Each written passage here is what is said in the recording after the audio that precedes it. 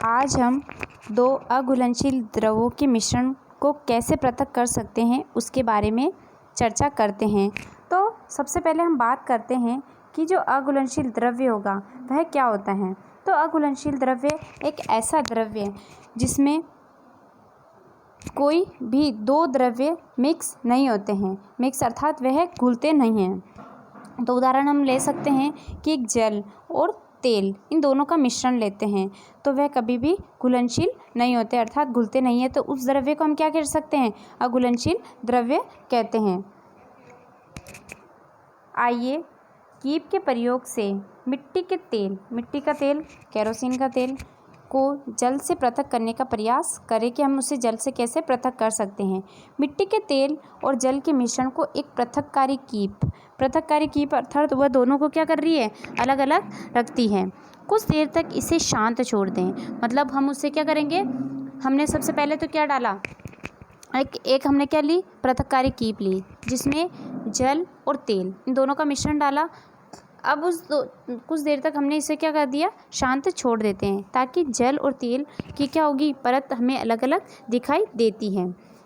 पृथककारी keep के stock core को खोलें और सावधानीपूर्वक नीचे वाले जल की परत को निकाल दें। तो स्टॉप कोर क्या होगा, स्टॉप कोर वह है जो कि पृथककारी कीप में क्या होगा, जल के ऊपर मिट्टी का तेल है और जो कि नीचे स्टॉप कोर जो कि जल को बाहर जाने से रोकता है, उसे क्या करेंगे, हम खोलते हैं जिससे जो जल होगा, जल की परत तो क्या होती है, निकल जाती है बाहर, उससे तो हम निकाल देते हैं।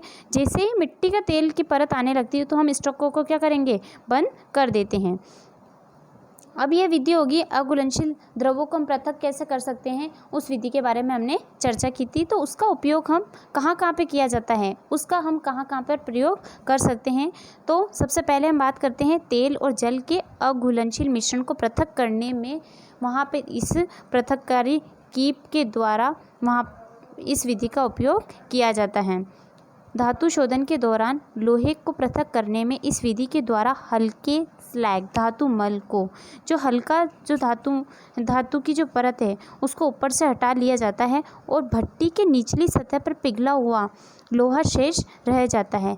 सिद्धांत के अनुसार आपस में नहीं मिलने वाले द्रव, मतलब ऐसे द्रव्य जो क्या होंगे, आपस में नहीं मिलते हैं, अपने घनत्व के अनुसार भिन्न भिन्न परतों में पृथक हो जाते हैं। यदि जिसका घनत्व क्या है, अधिक है तो वह तो क्या होगा, नीचे बैठ जाता है और जिसका घनत्व कम है तो वह क्या होगा, ऊपर ही तैरता रहता है।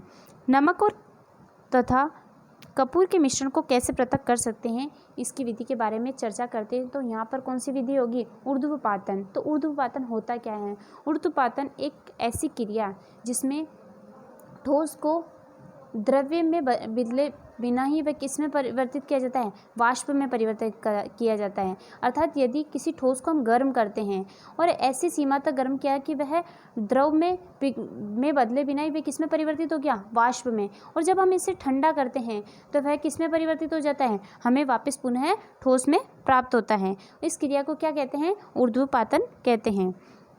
पिछले अध्याय में हमने पढ़ा है कि कपूर को गर्म करने पर वह ठोस अवस्था से सीधे गैस अवस्था में परिवर्तित हो जाता है। इस प्रकार उन मिश्रणों जिनमें ऊर्ध्वपातित हो सकने वाले अवयव हो को ऊर्ध्वपातित न होने योग्य अशुद्धियाँ, इस प्रकरण में नमक से पृथक करने के लिए ऊर्ध्वपातन की क्रिया का उपयोग किया जाता है। यदि हमने क्या किया, एक बीकर में हमने जल लिया, जल के में क्या लिया, नमक लिया। अब हम उसे गर्म करते हैं तो वह क्या होगा, जो जल होगा वह क्या होगा, वाष्पित हो जाता है और अशुद्धि के रूप में हमारे जो शुद्ध होगा, शुद्ध के रूप में हमें क्या मिल जाएगा, नमक प्राप्त हो जाता है। तो वहाँ पर भी कौन सी क्रिया होगी, ऊर्ध्वपातन की। अमोनियम क्लोराइड, नेफ्थलीन और एंथ्रासीन इत्यादि ऊर्ध्वपातित होने योग्य ठोस पदार्थों के कुछ उदाहरण हैं।